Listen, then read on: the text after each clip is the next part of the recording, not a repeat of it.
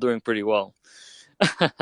So I'm really bullish on Bitcoin. I think Bitcoin used to be the hodler's paradise, where you just buy and hold and don't do anything with it. Now you can actually trade it for other digital artifacts, which is pretty amazing. And this whole effect made Bitcoin more secure because there's more reasons for miners to operate and they get paid more. So that's really good. Um, so I'm definitely bullish there. I would say can't really lose, especially if we enter a bull market cycle anytime soon. Obviously, I'm very bullish on programmable money, and that's all Ethereum and all that stuff.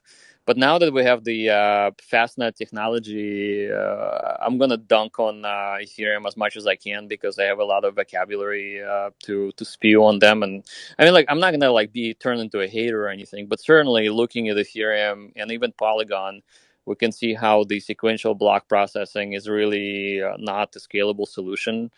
It is very, very difficult to maintain speed, performance, security, and stability. The blockchain trilemma within the traditionally envisioned blockchains.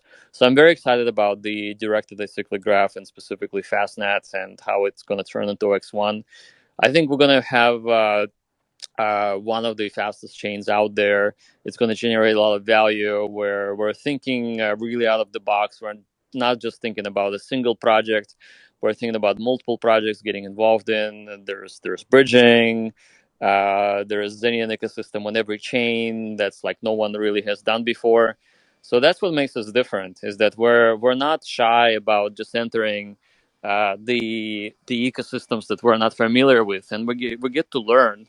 We get to scale our gigabrain rapidly just with this sort of experiment by launching everywhere. So I'm very much fond of saying that all roads lead to Zen, and then actually it is true because Zen is based on first principles. It really embodies the ideology of Bitcoin, and this is something that we wanted to replicate with the EVM community, and I think we have achieved pretty good results so far. I mean, the engagement and minting and all the minters being in profit without the team taking any allocation or raising any money or spending even a dollar on marketing. So it is totally, I would say, a grassroots movement because we have created Zen out of nothing just by minting it into existence on 12 different chains now.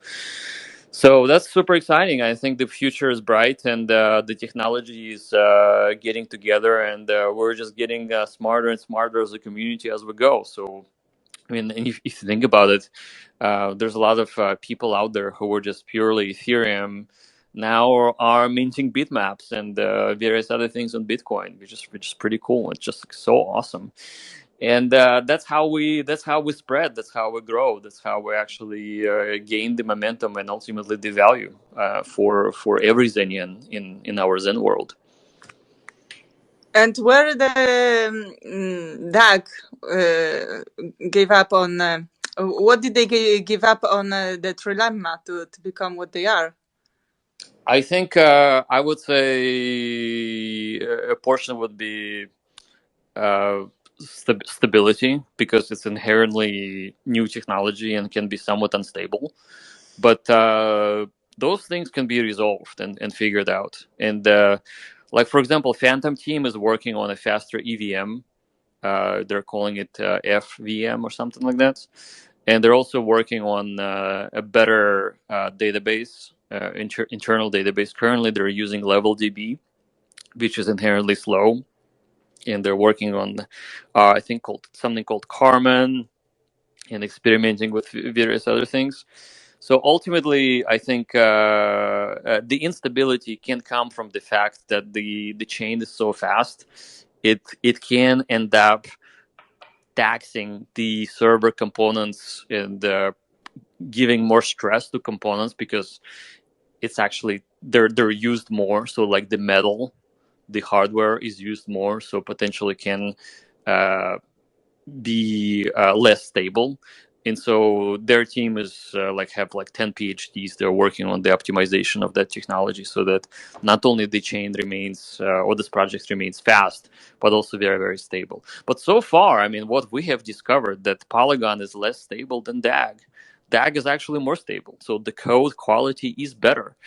And the partially the reason why I think is better is because they inherit a lot of Vitalik's code, the Ethereum code. Like literally, if you look at their repository, you can see that they're referencing the code base from Ethereum and just optimizing it and making it better. So yeah.